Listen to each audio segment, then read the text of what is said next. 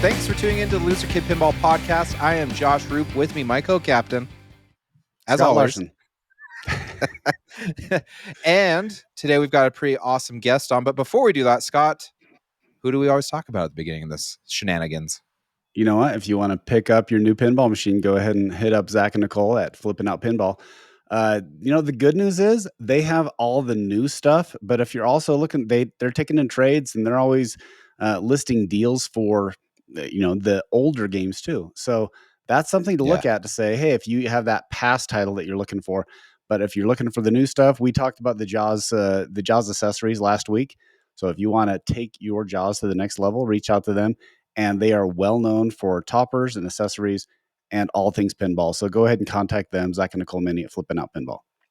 Definitely. And one more thing before we move on, Scott and I want to give a quick shout out to Neil Shelton, the new owner of Silverball Swag. He's come out with a whole new line of shirts, and the logos are impeccable. We're both wearing our shirts tonight. We just got them today. Mine today. Is Nintendo themed. So mine's the America. So it's a flipper and a flag. So the America. Yeah, mine's Nintendo theme. It says pinball and the retro Nintendo logo. If go there, get yourself a shirt, grab yourself some Loser Kid shoes and a shirt, whatever it may be. But check that out, silverballswag.com. If you're looking specifically for us, it's /loserkid. All right, I think we've held off too long. We should introduce our guest. This man just got the Guinness World Record for more than 1,400 machines in his location. He's been over Pinball Expo for coming up on 40 years now. We have with us Rob Berk. How are you doing, Rob? Good, Josh. I'm tickled to be here. To see Scott is unbelievable. Because I've been looking for him for years at Expo. And all I hear about Scott I've been to Expo. I've been to Expo. All right. But it's great to be I couldn't come last year. I couldn't come last year. But I will say this. You guys are, styling and profiling with your shirts. I never got mine. So just FYI. Neil, you better get him a shirt. You better get Rob a shirt. We'll figure it out. Yeah, definitely. Hey, we'll at least get you a cap. We have some sweet Loser Kid caps. I'm wearing one right now. Yeah. There you go. So, Rob, this is a pretty epic year. You've been doing this for 40 years now. I know you're doing an extra day for Expo. Is there any more insight you can give us to the shenanigans you're going to be doing that are extra this year for 40th? There's going to be a lot of extras. There's so many things. It's almost like I'm excited to think about it, but I can't tell anybody because I want everyone to just be like every turn. So, oh my gosh, next turn. Oh, this is cool. Because, for the 40th, my wife was really on me. Like, what are you doing? You're knocking yourself out. Why are you doing all this stuff? But to me, the 40th is a fantastic banner year.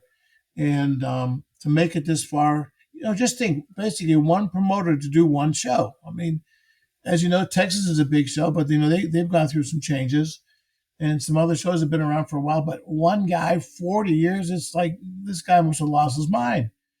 But I'm glad to do it, and it's all about the hobby, and it's great to see people smiling and have a good time, and that's what I get my satisfaction out of. But there's so much happening, guys. I can't tell you. The one thing I've tried to do real hard is bring in the international aspect to Expo. And I always get a kick out of when people say, hey, I went out with a guy from Italy for lunch, and now, we're friends. He's invited me to his home. This is Expo's really opened up the pinball community to an international community.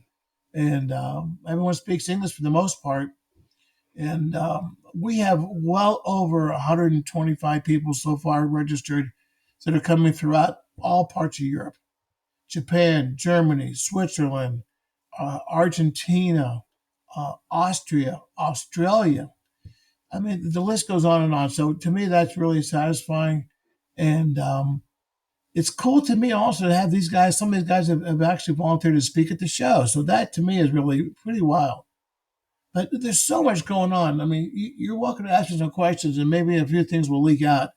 But I will say that starting off with Wednesday evening when we have our get together, normally we have like chips and potatoes and some of the very basics.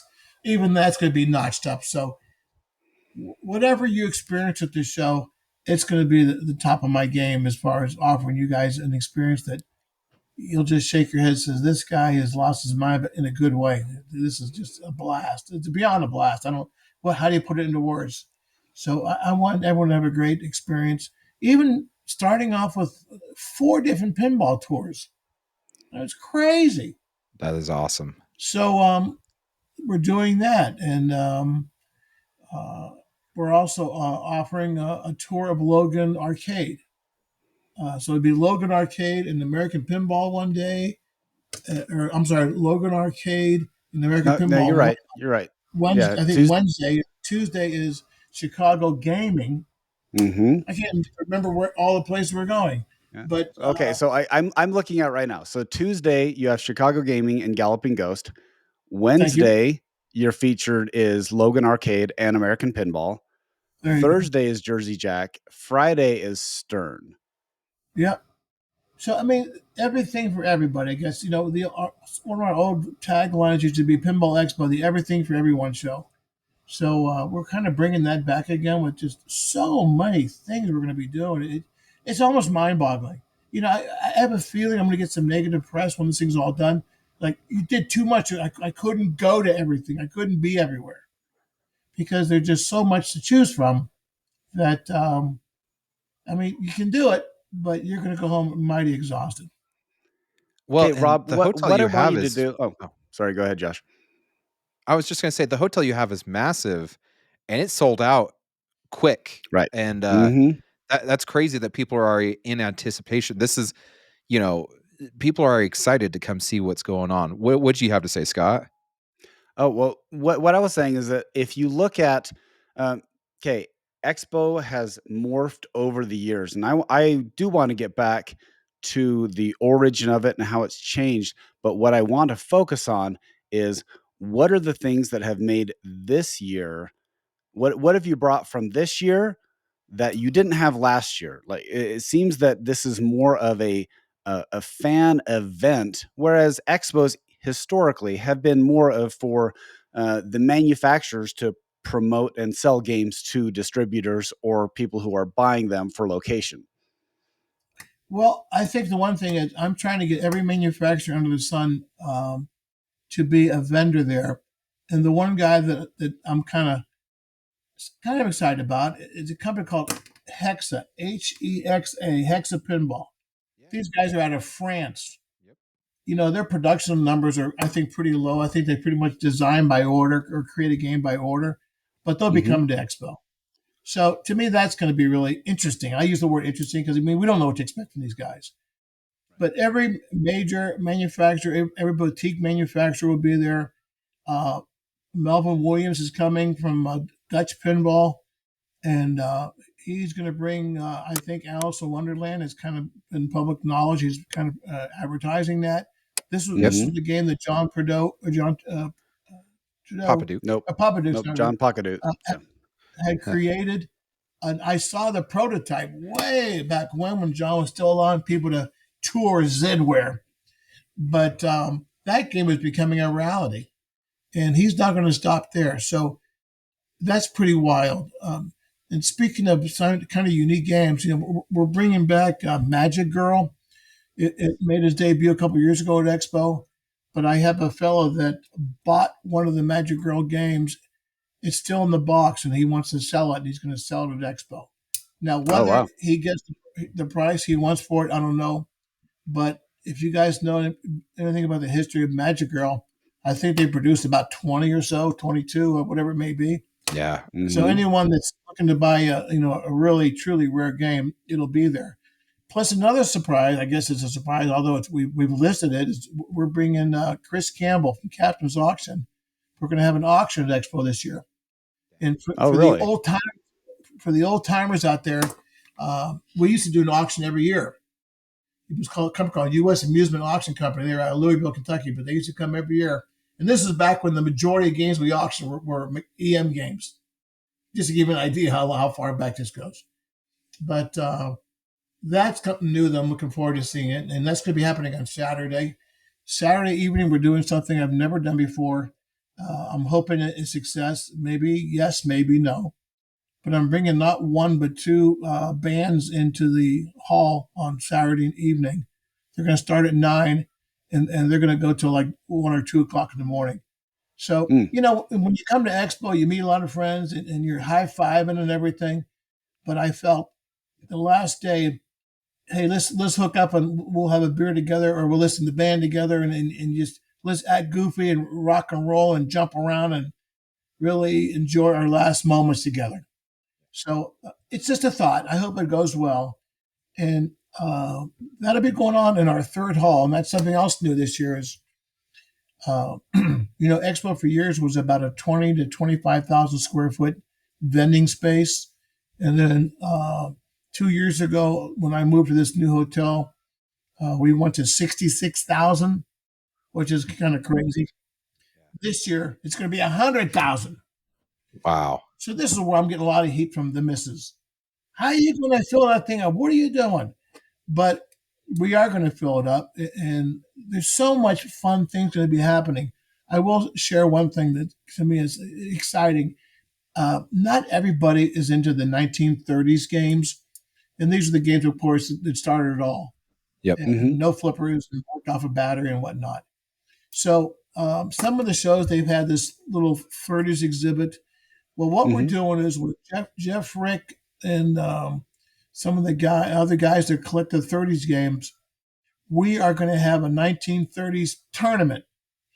So imagine this, guys, out there in Radio Land. Or is this Radio Land? Is that TV Land? Radio Land? Sure, we'll go to Radio Land. It's Whatever you want to call both. it. It's podcast land Pinball and Land. YouTube land. Yeah, Pinball Podcast Land. Land. Imagine a booth 30 by 30 with a Persian rug in the middle, a 1930-ish black leather couch, a 1930s, I don't know even they call them the lamps, where it's got the lampshade that kind of tips down. Yep. And we're going to have about 15 to 20 games from the 30s set up in a tournament type of arrangement. Nice. With trophies and plaques or whatever for the winners. So I'm assuming you're gonna have some rockolas like Jigsaw and baseball. Absolutely. Oh my goodness! I've seen these games. I've never got to play these games. That's exciting. See, what's crazy is, and it's all my fault because I'm so goofy. When I put this collection together, and we can get to my collection here in a minute. But when you have a collection as extensive as I do, it's like, where do you go and what do you collect next?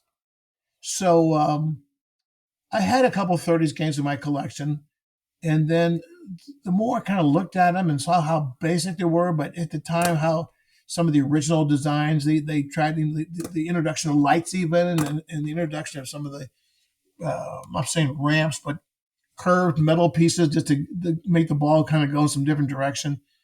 The more I got into it, the more I said, boy, this is kind of cool. Well, that's all I needed to start thinking about. Now I'm buying 30s games. Nice. Okay, where do you buy 30s games? There can't be a huge amount of them out there because didn't LaGuardia exactly chop them all up? Yeah, good point. Yeah, the bottom of the East River, is that where they are? Maybe. That's where he's fishing them out of the Hudson. Let me write this down, Scott. I'm going to put down where I might check out when we hang up. But anyways, a lot of fellow 30s collector guys, would help out, and then eBay occasionally, Craigslist occasionally, and some of these auction sites occasionally. But I've got about 75 of them now, and of all different sizes and types. But a couple of the very, very early ones were produced in Youngstown, Ohio, which is 15 miles from where I live. So again, for the old timers, they may remember there was a machine called Wiffle. Well, Wiffle was produced in Youngstown, Ohio, and the son of the founder spoke at Pinball Expo. So wow. I guess that kind of resonated in my mind, thinking way, way, way back in the early years of Expo, and kind of recreate. I found that game called Wiffle. I found that and a couple of others that were made in Youngstown, Ohio. Very basic, just nails and the holes in the middle of it. It's just nothing to speak of, nothing to get excited about. But the more you look at them and how the games evolved, you can appreciate. Let's put it that way. You can appreciate how the industry has grown. So I'm collecting those games now. And then when I talked to Jeff, he's out of Texas. I said, what do you think about doing a tournament with these 30 games? He says, man, that sounds like fun. So the one guy, Cliff, he's out of Chicago. His wife's going to dress up as a flapper, and they're getting into it. So that's going on. And another thing is, geez, I don't know, so many things. So Pinball Expo is been my dream show, but I've been my son, who is 22 now. He's one of these guys is into the retro video games. The Atari, Nintendo, and all Mm-hmm. that.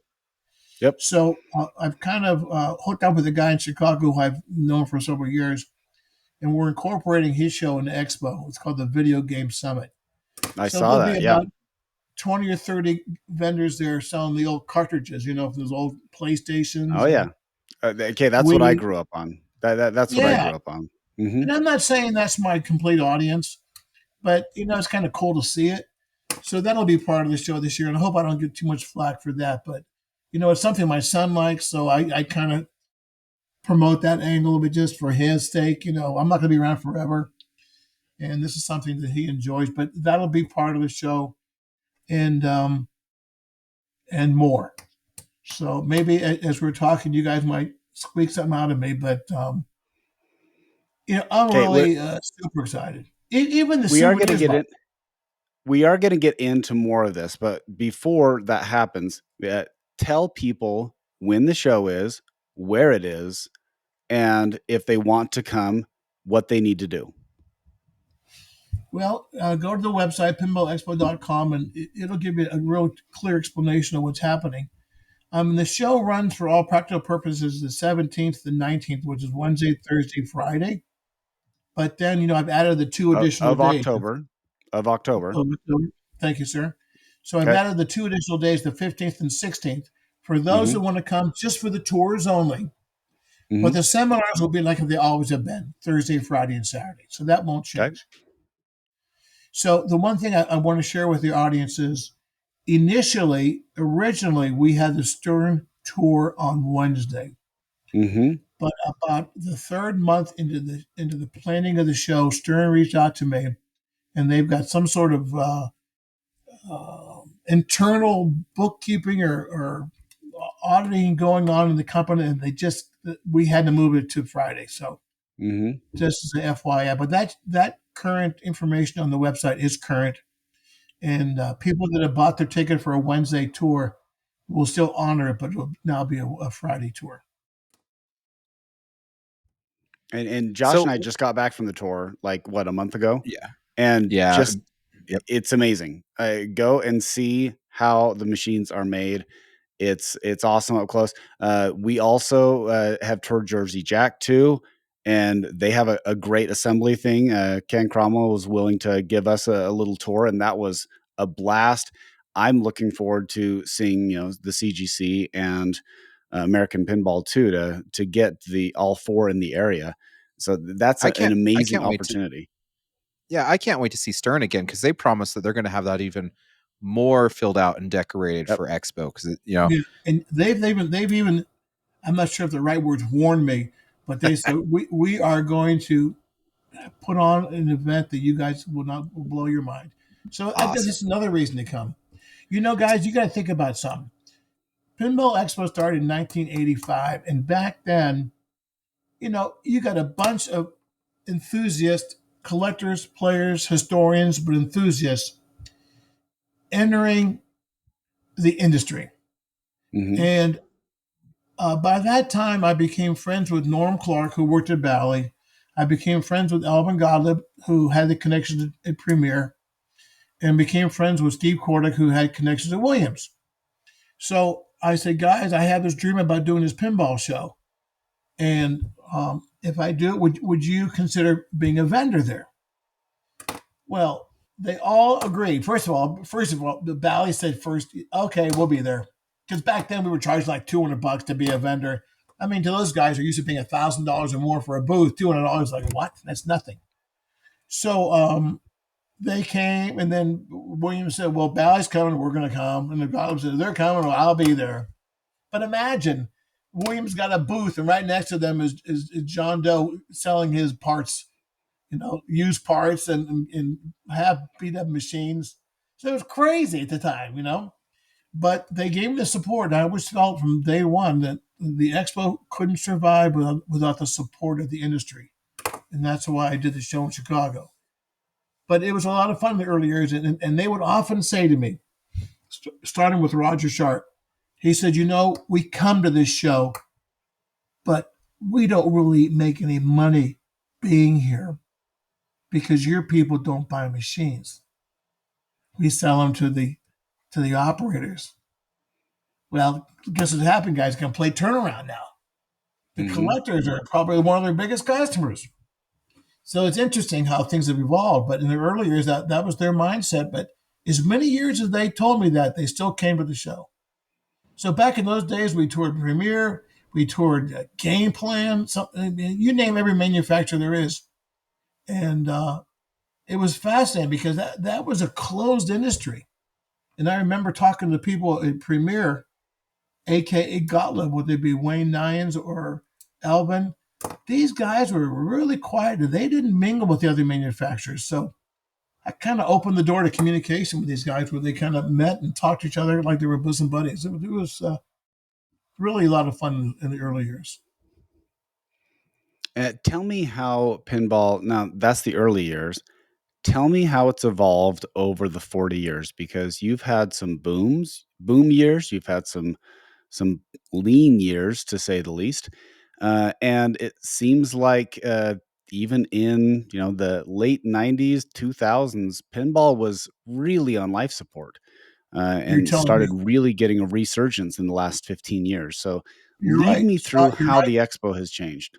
Yeah, you're dead on because I remember, like you said, was it 90 or whatever year what that was when Stern was the last man standing. Yeah, it was the And 2000. They shut William shut down after Expo really. So you're that right, was that's right. after Pinball 2000. So then Stern was the last one standing really for about 10 years.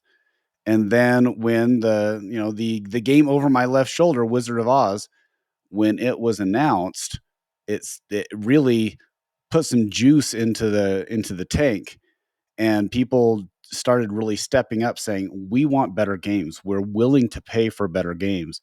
And that seemed to really revitalize the pinball industry because okay, I know there are people who love Big Buck Hunter, Nick Lane, but that wasn't the game that was selling a lot.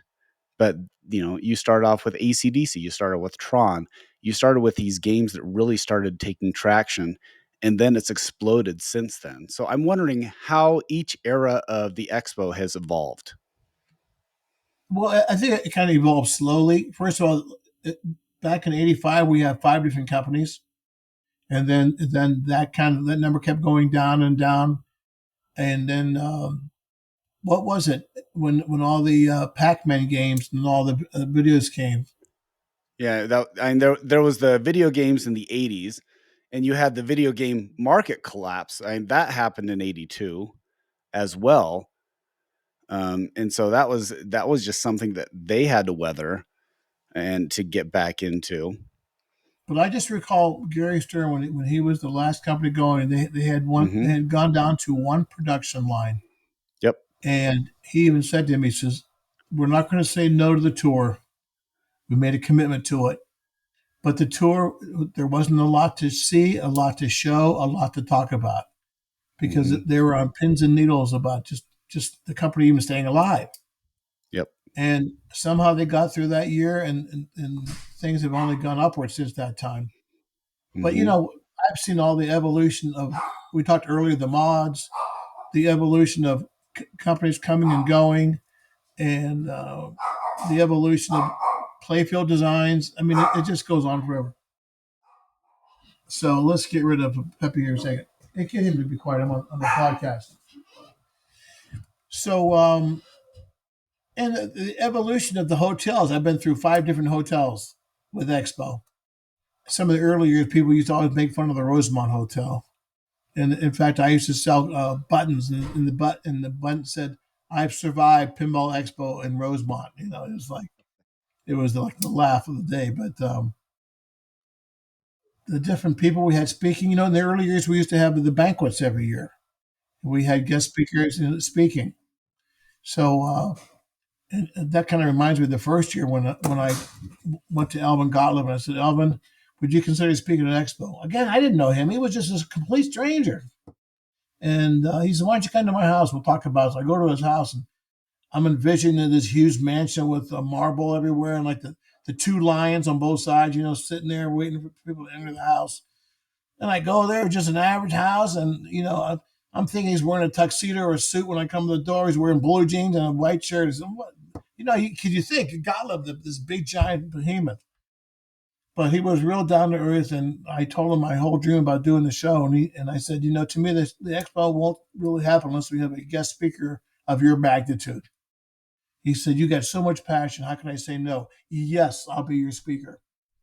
And Alvin Gottlieb spoke at the banquet 3.5 hours. He had a slide presentation of every game, starting with Humpty Dumpty, every game they had made, and had a storyline for each one of them. There was a lot of people squirming in their seats by the third hour. That was a long banquet. That's a long talk. Yes. I remember when we had a talk, or that's also just one question with Roger Sharp. Yeah, we had a guy by the name of Rufus King talk. He was the attorney that handled the legalization of pinball machines if they were gambling or not. And Joe Kamikow, good old Joe Kamikow, was sitting in the front row.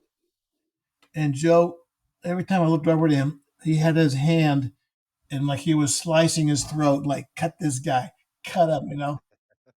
So I'm looking at Joe and oh, Joe. And then this guy is talking and dragging on. And, it was the guy was an attorney, so it was so dry.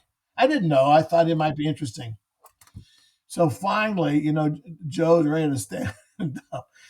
And then I stand up to this guy, Rufus. I said, hey, I think it's lasting too long. We better cut it short. So he cut his talk short. He would have been there for hours too. Another favorite thing I'll share, and we can go into more questions from you guys, but the second year that we did Expo, we had Alvin as the speaker again, but he was a plant. And what I wanted to do is I wanted to recognize Steve Corder for what he had done to the industry. So what Alvin said was, I'm going to talk for about 10 minutes or 5 or 10 minutes. And when I mentioned this guy's name was a distributor in California, you come up and interrupt me. So he starts talking and people are getting into it. And then there was this, whatever this distributor was. Well, I slowly stood up and I looked at him, sideways. I says, can't you talk about anything more interesting? Well, if you're going to see the faces on the people there sitting there, watching this banquet, it was priceless. So he said, yeah, let's talk about Steve Kordak. So then we brought Steve Kordak in front and then we roasted them all night. But that was a lot of fun. But speaking of speakers, don't you have a special thing coming up with Pat Lawler at Expo? Yeah, thanks for asking, Josh. So Pat Lawler has always been a very popular speaker at Expo. In fact, every one of his seminars were always packed. And then I coined his seminar the Pat Lawler Show. And he would clear out his desk at Williams and pass out stuff left and right. And back when they made As Family, it was like the running joke, greed. And then he'd want to give something away. He's, no, I better not. And then everybody in the audience would say, greed, So, I mean, it was just so much fun with Pat in those early years. And he spoke and spoke and spoke with Williams, but what people loved about him was all the stuff he used to give away. And he'd have like tickets and he'd pull your ticket out and he'd give you something. And they were basically parts and prototypes and stuff he made in various games over the years. He would just clean his desk out. And Pat Lawler agreed to speak this year.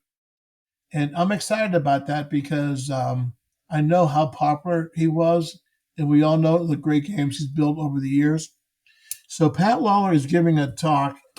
And just to give you an idea, he's calling it the 40 years of Pinball Expo, 1985 to 2024. So, he's planning on giving a brief history of those years. And on his panel, he's going to have Larry DeMar, Greg Ferris, Roger Sharp, Chris Granner, who's the sound guy, Bill Krupp, Jack Maneri, and Steve Ritchie.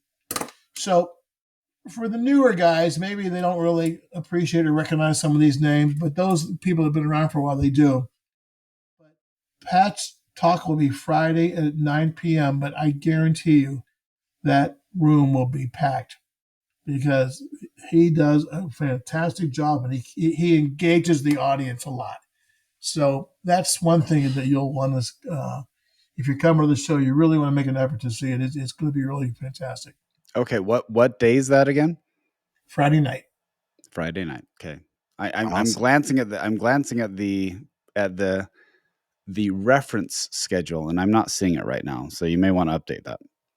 Well, what we do is typically I don't come out with a schedule of events until, for not argument's sake, maybe July. Okay. Because I'm still getting people. I'm stepping forward to people. Hey, can you speak? Yes, no, and then you wait for people to get back to you.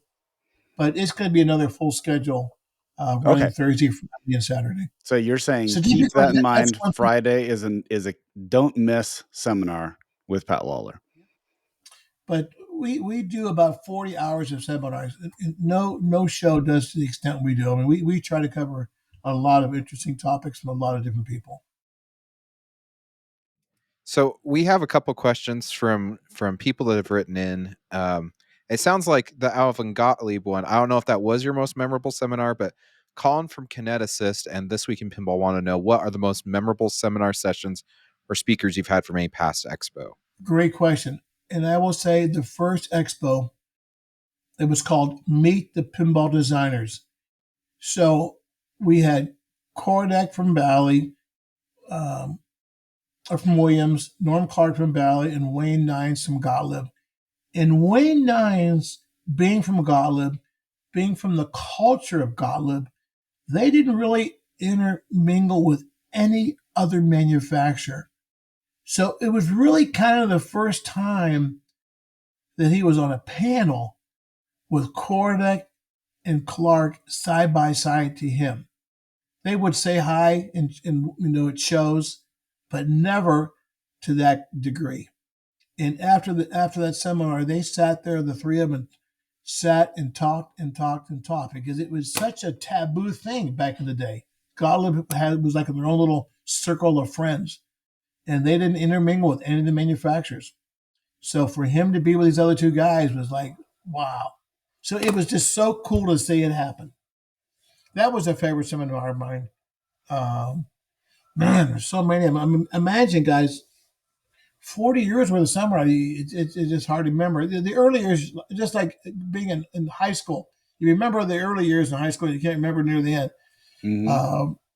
But there were so many people that spoke and people that talked about and finding people to be there at the show. It was, man, I just don't know where to start. I'll have to have my paperwork with me. I will say this. I'm planning on giving a talk at Expo with that exact question. The highlights of 40 years of Pinball Expo. So I'm working on that now between pictures and my notes as far as some of the highlights of, 40 years is just nuts. Oh, yeah. Well, Julianne Talbot and Baba Hafez both asked, what's your vision for Pinball Expo going forward after this, maybe for like the next 5 years? And are you looking to mentor for a successor or anything like that? Well, it's funny you should say, because I was going to see Josh if you would consider being taking over the show, but Josh would be great. He'd be great. Sold. I'll do it. I talked to my wife about this, and she says, do you think this is the last hurrah? And, my thinking right now is this. I put so much heart and passion into the show that if I were to hand it over to anybody, how could they have the feelings and emotions and passion that I do? Being my baby, you could say, for 40 years. It's hard for someone else to walk in and just have the same hunger and interest and level of excitement like I have. But I'm going to keep going after the 40th. The 40th is such a milestone. Like, how do you top it? Can I make it to the 50th? And, guys, I will say this, when you start getting older, the bones don't quite work like they used to. And that's the only thing would slow me down. But right now, I'm healthy, and I hope to keep on going, and hope to make this show interesting and fascinating. I've always tried every year to add some element to make it different than previous years. So we hope to keep on going. How long? I don't know. I guess someone walks up to me and says, "Hey, my name is Josh. Hi, my name is Scott. Do you guys want me to take over the show for you?" And timing is everything in life. It could be the right time. Scotty, tell the wife. Yeah, we're moving to Chicago. Yeah. There you go. Well, Rob does it from Ohio, so that's Oh, that's impressive. true. That's true. Isn't that crazy? Because most people live in the town where they do the show. Yep, you're right. That is crazy. Well, okay, so we have another. Now you have, what is it? How many games? 1,400. So here's the story, guys. I've been collecting for a long time, to the point where um, my memories fail me a little bit. So sometimes I've got 3 of one title and 6 of another. Gulfstream, I finally had 6 of them. I can't believe that. But my daughter reached out to Guinness for whatever reason. Okay. And this year we celebrated our first year anniversary at Pastimes. So what Pastimes is an arcade museum that I put together with the idea of a place where I could show my collection. And initially I thought, let me buy a building and put a half a dozen games in there, a dozen games in there, and I can come and go when I want. I can just bring a key with me and go in there and play for a couple of hours and call it a night. So my wife said, "You're crazy. What are you putting all that work in this place?" It was a 30,000 square foot grocery store. So we cleared the grocery store out, cleared the aisles out, took out the drop ceiling, painted the walls. I mean, the list goes on and on. And we start putting the games in. 50, 100, 200, 300, 400. And during that same time I was collecting pinball machines, I was collecting upright arcade games. Why? I don't know. But I was collecting, I had, the whole Pac-Man series. So Pac-Man, Miss Pac-Man, Mr. and Mrs. Pac-Man, Baby Pac-Man, Super Pac-Man, Pac-Land, and there's one I still don't have yet, the Professor Pac-Man. That's the one I haven't found yet. But I'm kind of one of these guys who's a completist. If I have a certain type of game, I want to get all of them. And I started buying these games, and I started putting them in the museum. So we had our 1 year anniversary recently, and my daughter said, well, the press was down there. My daughter said, "Hang around for a second." So I said, "Oh, okay." Think nothing of it, and then she hands me this plaque or something wrapped up. So I open it up, and congratulations on behalf of Guinness. You are the single largest owner of pinball machines. Now this is single title. This isn't all the duplicates. Okay. So Oh, you're wow. right when you said 1,400. That's including the duplicates, but it was 1,040 different title games. And one of my workers today just said, "Oh, by the way, you're up to 1,090 now." There's a time period. Whenever you present to Guinness, and then you got to give them all this backup. Yeah, you have to have the stats. Yeah. Yeah. Yeah. So then the guy's, I'm at 1,090 now. I never thought of it, and I can't believe it. And frankly, a lot of these games, I'd like to set up more of the games, and I'd like to set up a whole area just for the 30s games. And let's face it, you can't get real excited about the 30 games, but to see so many of them in one spot, it's like, wow, this is cool. Yep. So then, a guy by the name of Oscar Terrell reaches out to me. We're going back a year or two. And he said, "Hi, I'm from Spain. I'm thinking about coming to Pinball Expo." So at the time, we were playing with the family to go to Spain. Say, "Hey, we're going to be in Spain in 2 months. I'd like to meet you." He said, "Sure, come on." So I meet the guy, and he turns me on to a collector in Spain, Barcelona, who's got this massive collection. But guess what? I didn't recognize one title. All the Hmm. games were made in Spain, They have their own unique titles, own unique play fields, own Yep. unique layouts. I never heard of these guys. So I'm going up and down there and say, hey, man, would you consider selling this stuff? No, this is my personal collection. Well, then I start reaching out to some other people I'd met through Expo and so forth. And, I'm going to start buying. Start, Scotty. Start Mhm. buying Spanish games. Yep. So various people reached out to me, and I brought in one container, 45 games from Spain. All these crazy, unique titles. I said, man, this is so cool. So I brought them to Expo one year. We had them for the opening night, and people were playing them like crazy. And the Mhm. best way of saying it, they were digging it. So crazy me is, there's probably more of them out there. So I brought in another 45 games from Spain and Italy. Titles you never heard of before. I just fell in love with them. I was goofy. Well, there's another load coming in about 3 weeks, another 20. So it's Wow. close to 100 Spanish games. So if that Wow. wasn't bad enough, I'm in Japan because I do a lot of business in China. So I'm visiting one of the Japanese pinball guys, and he's got a Sega pinball. Sega pinball. I never heard of you guys. Sega game called Surfing. Okay. Well, I fell in love with it. And I said, would you sell it? Yes. So I ended up buying that game.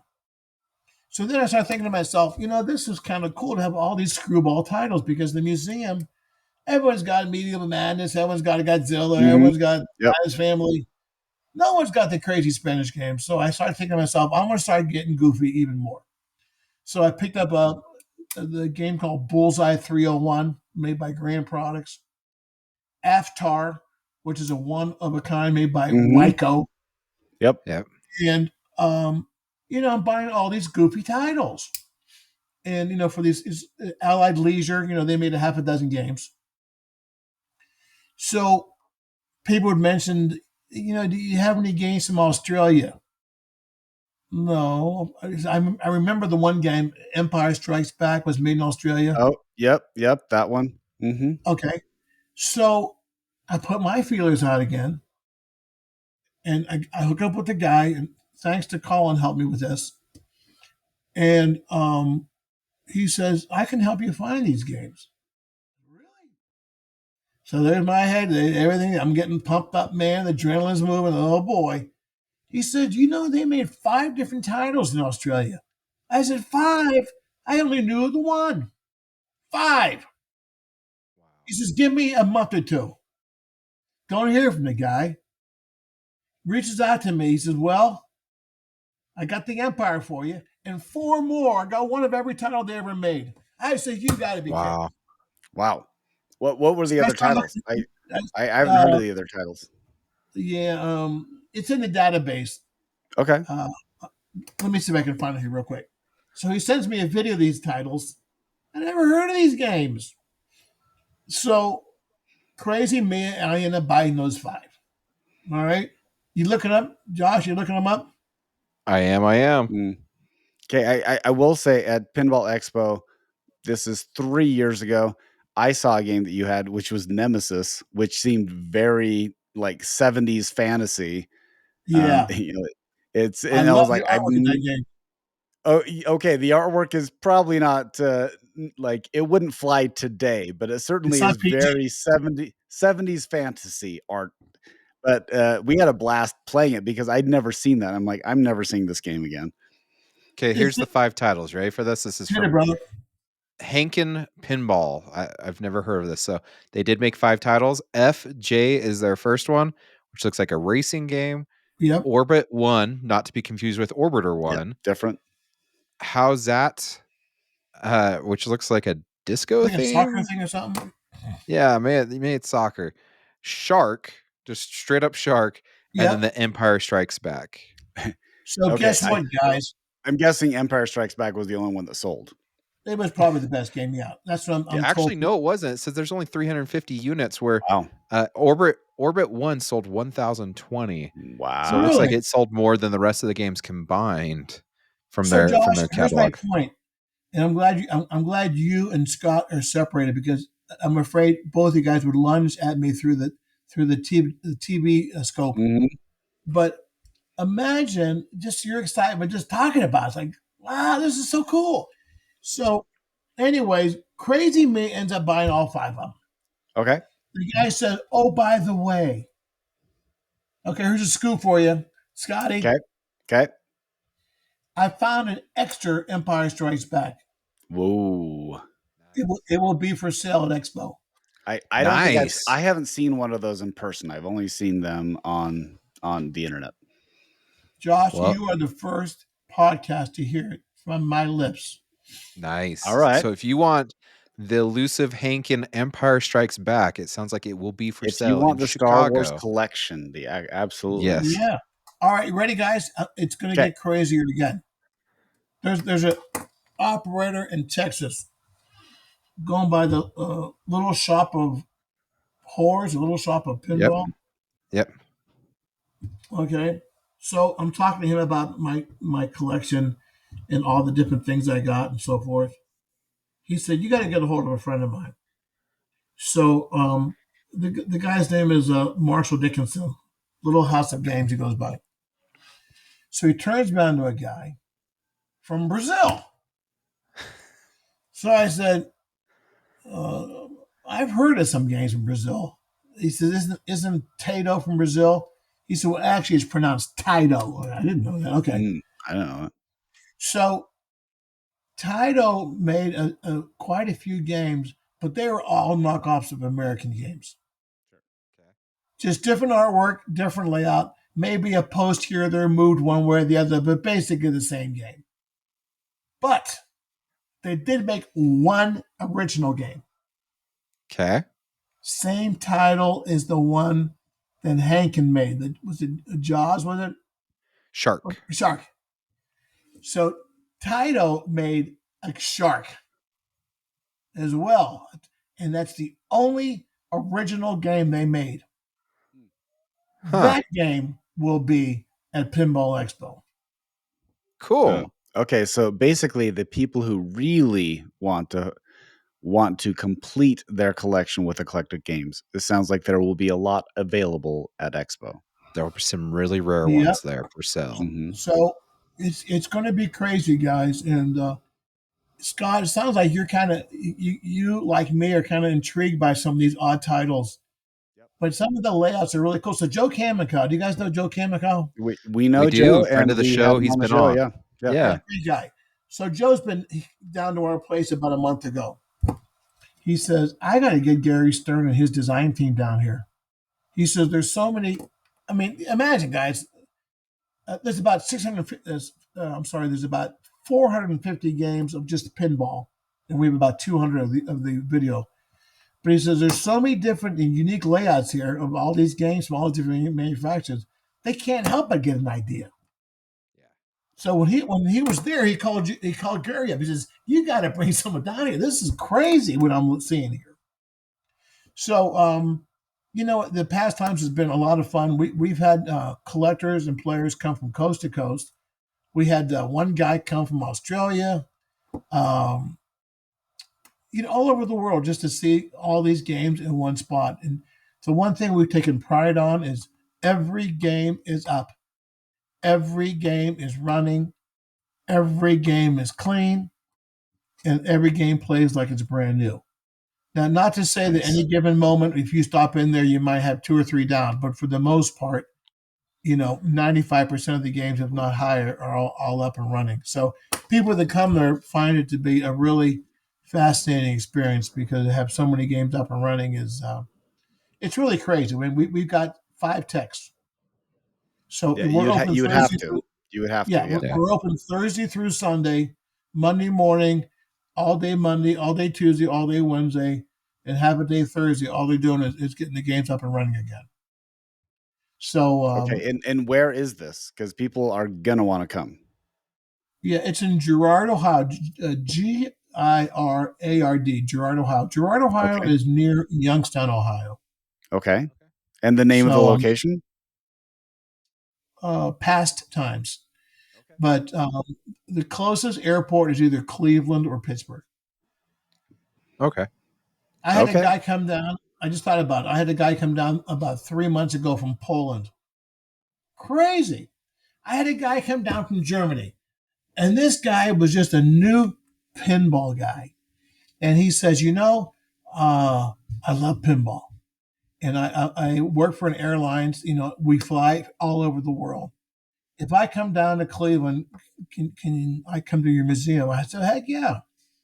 Well, he came down. Now if I thought he was bad off then, well, he's been totally ruined. So these stories go on and on. It's easy to get captivated by this hobby. Well, it sounds like you can almost find any game. Is there a game? So John Lee wants to know: is there a game you don't have, or is there a game that eludes you? Um, yeah, the one is made by Game Plan, Loch Ness Monster, but they only made one or two of those. And Herb Silvers owned one at one time, and then it's seen its way around a couple of different places. But that game's hard to find, and if you find it, it would cost ungodly money.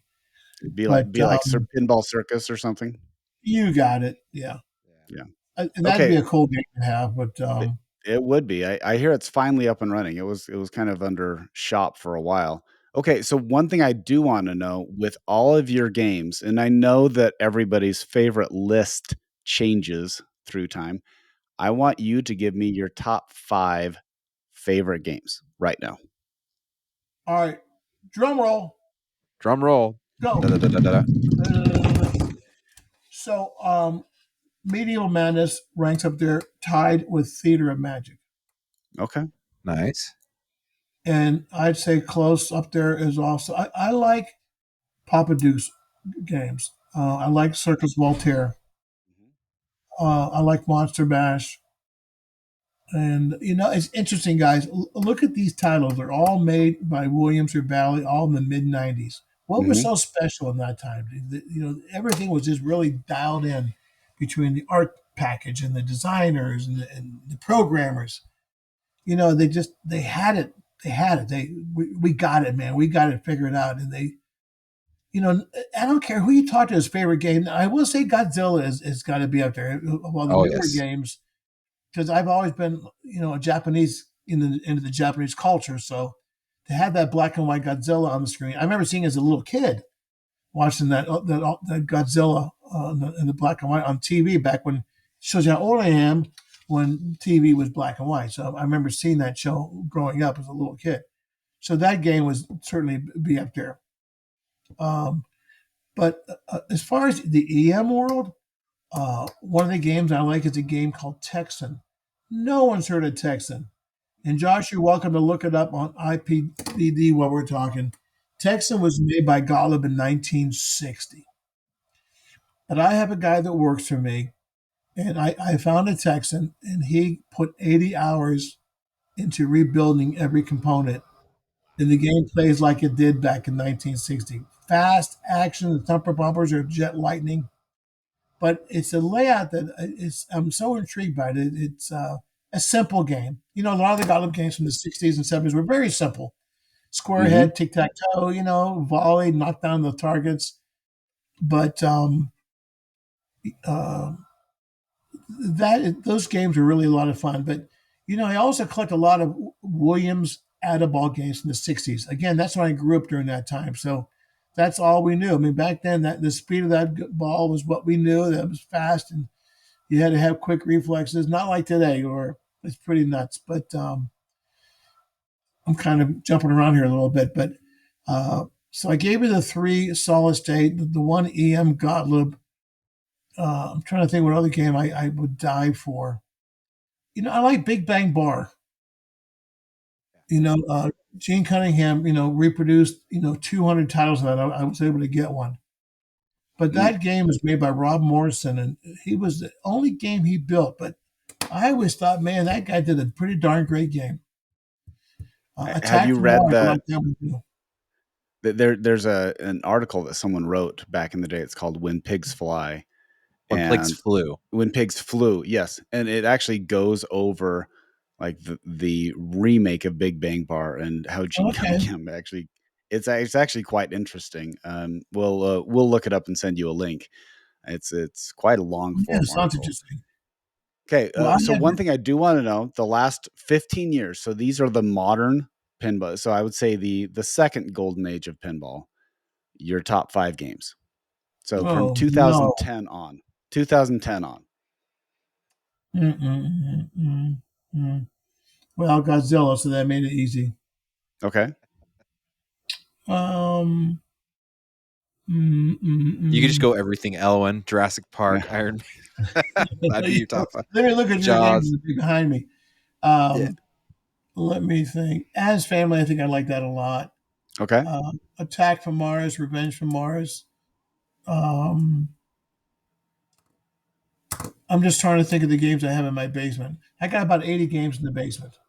Okay, Dang. how big is your basement? Like I have 10 games and I have no more space. Like I would kill for your basement size. So what happens? We built about a 4,000 square foot home, and Okay. I told my wife, I want a big basement. Yeah. So we built the home, and then I was able to fit about, I don't know, let's say 40 games.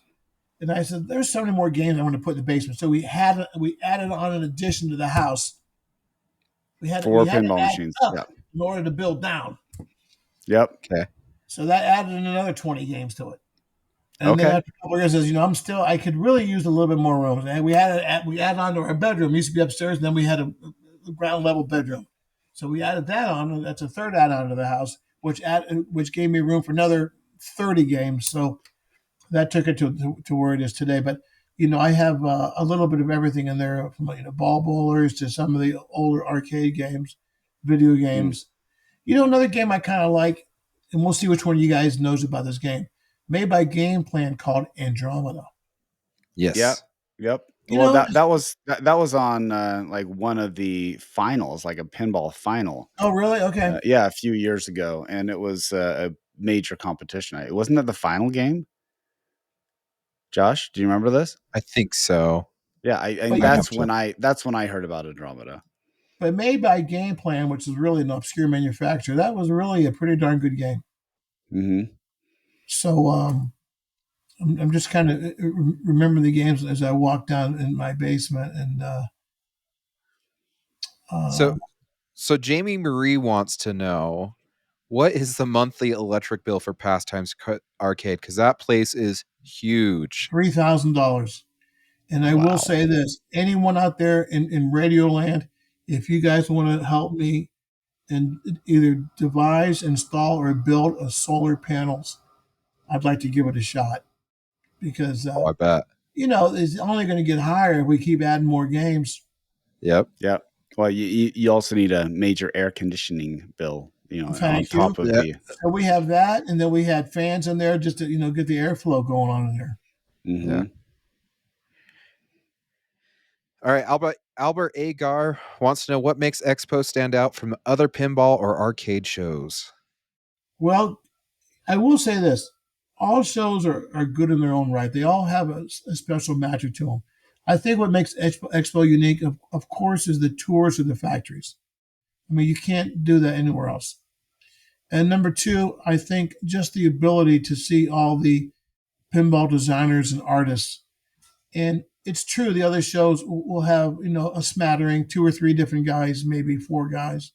But, we have 20 and 30 different guys. Uh, it's just people that you just don't normally are able to see. So that's very special. Yeah. And I think what else is, we mix a combination of um, collector vendor or collector exhibits. So I'm saying, like Andy Sokol, for instance, he's got the planetary pinball, or not planetary pinball. It's Andy Sokol. He's out of Florida. He makes the custom replay buttons. Do you remember who I'm talking about? I think so.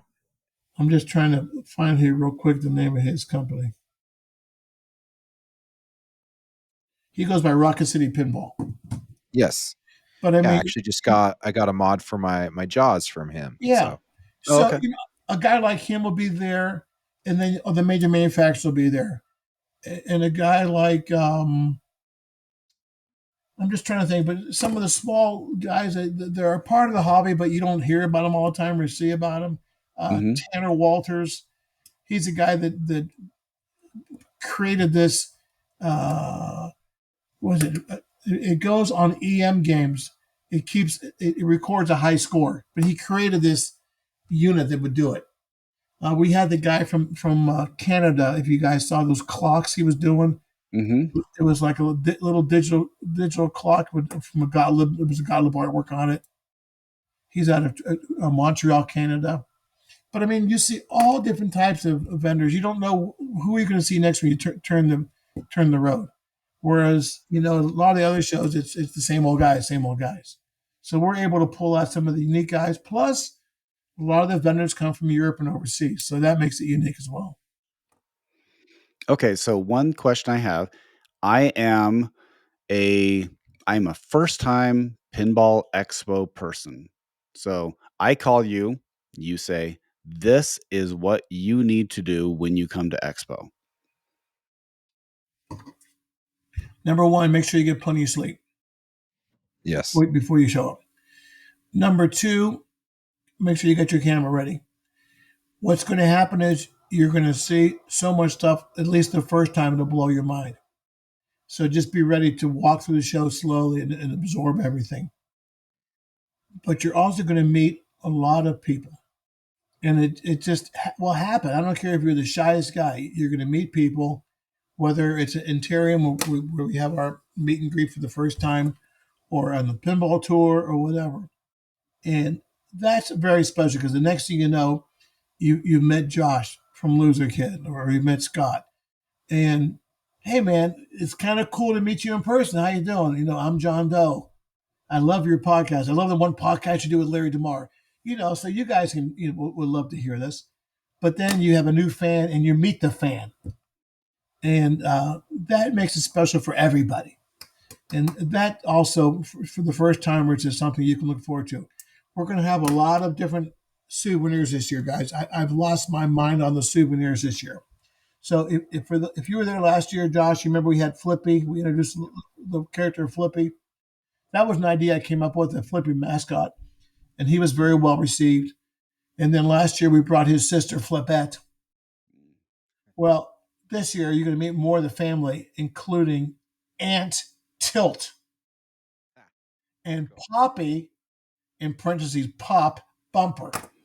So Mm. you're going to meet more family members. And there's Okay, something else going on, guys. why If does you meet Aunt Tilty sound like she's drunk all the time? Aunt Tilt, not Tilty, Aunt Tilt. Oh, Aunt Tilt. Okay. But we have on the website, we're going to do a comic book, Okay. The Adventures of Flippy. So it's on the website. So anyone that views this is welcome to submit their entry. You don't have to be a professional photographer or artist, I'm sorry, but you can do anything you want. Or like Jake Danzig does, with his dog, he's got the Yep. little Yep. Hmm. the little Yep. bubble there, the cartoon bubble. You can use some sort of artwork to make that.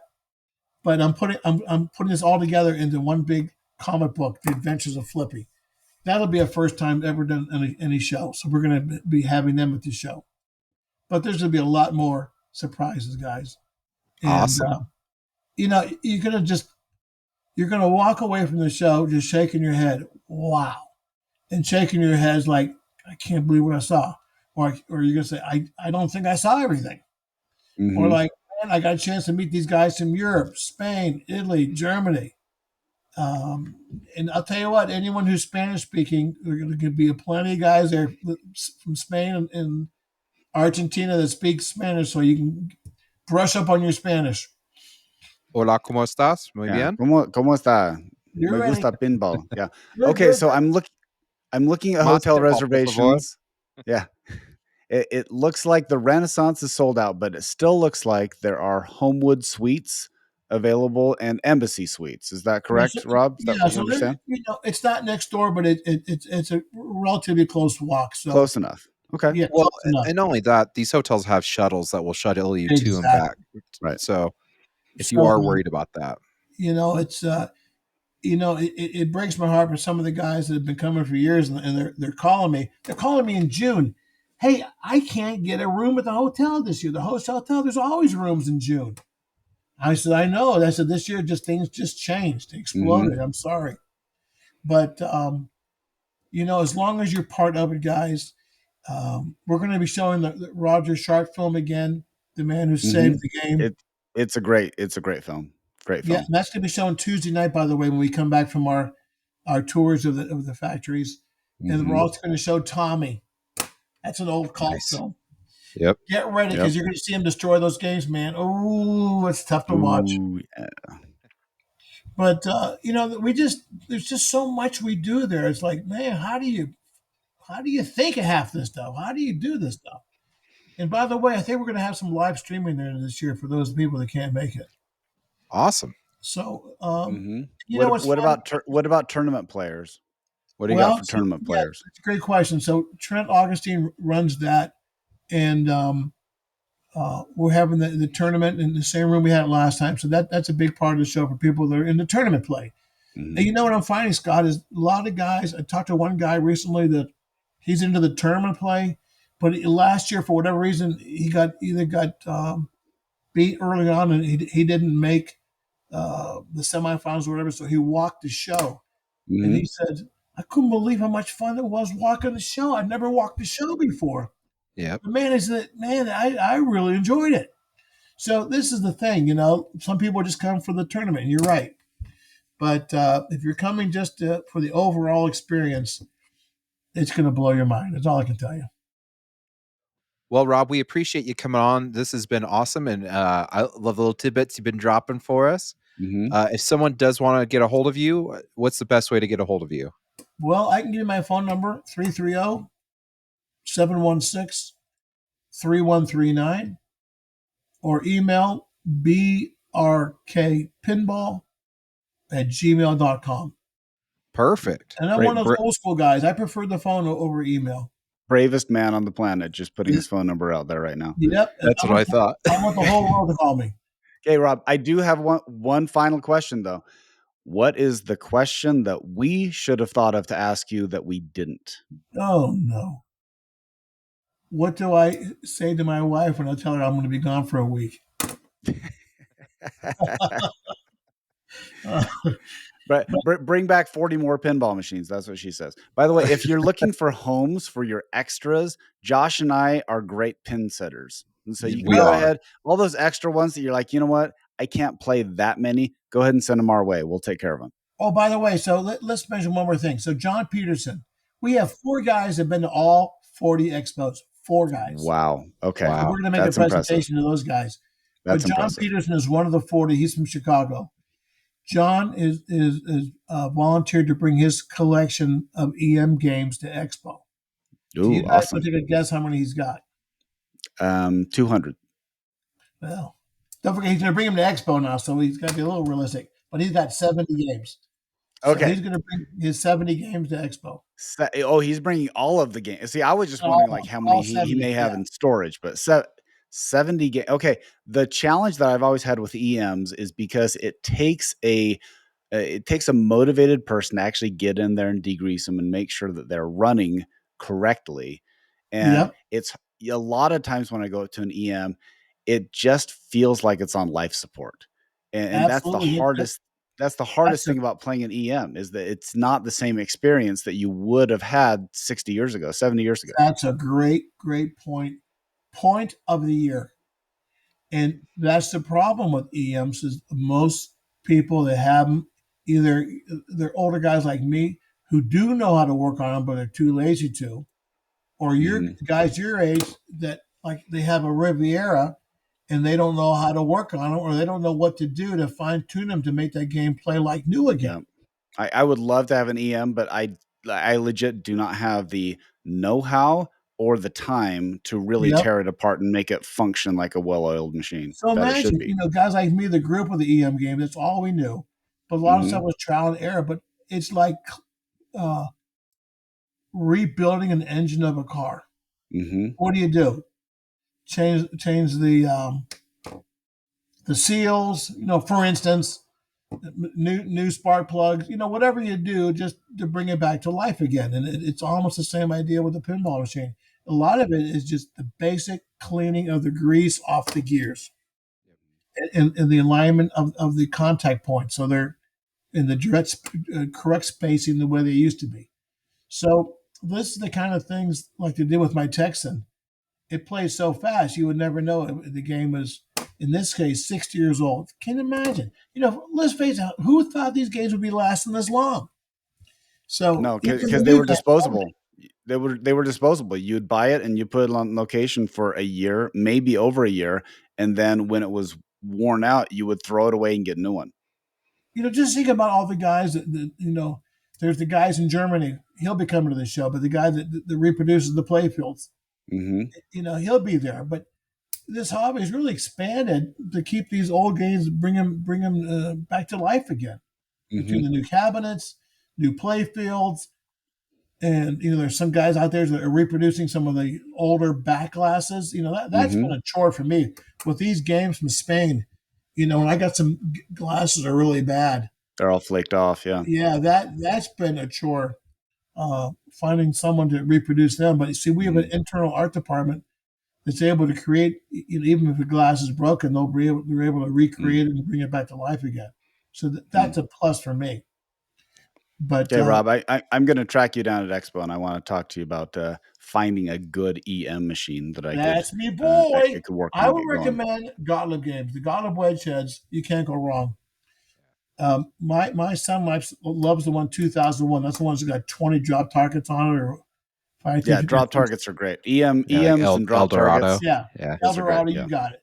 Those are games, but what I'm going to do for you, Scott, is lift up the playfield and show you some tips just to clean the game up. And see, for us oldsters, and maybe for a guy like you, Scott, when you understand some of the cleaning and some of the pointers to bring it back to life again, half the fun of the EM games is bringing them back to life.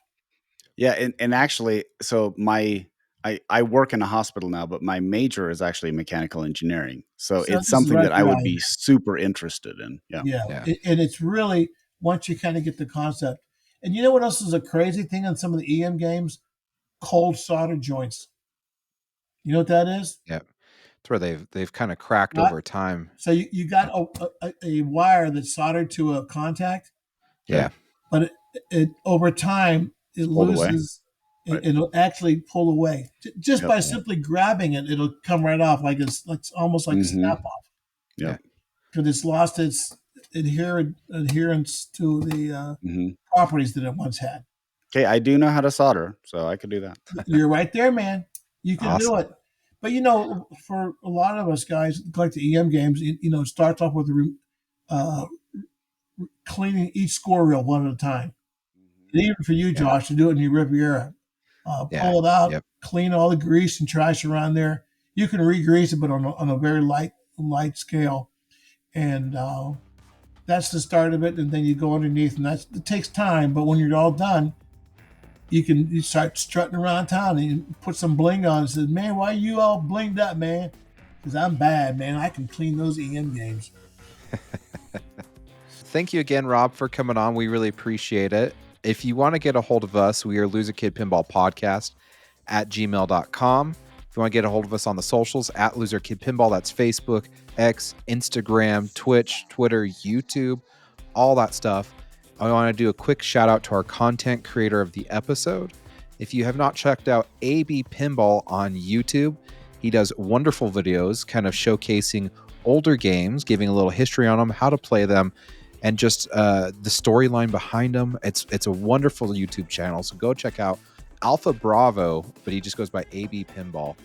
Scott, you got a word for us to send us off? Parting thought is go and get your pinball tickets for Expo.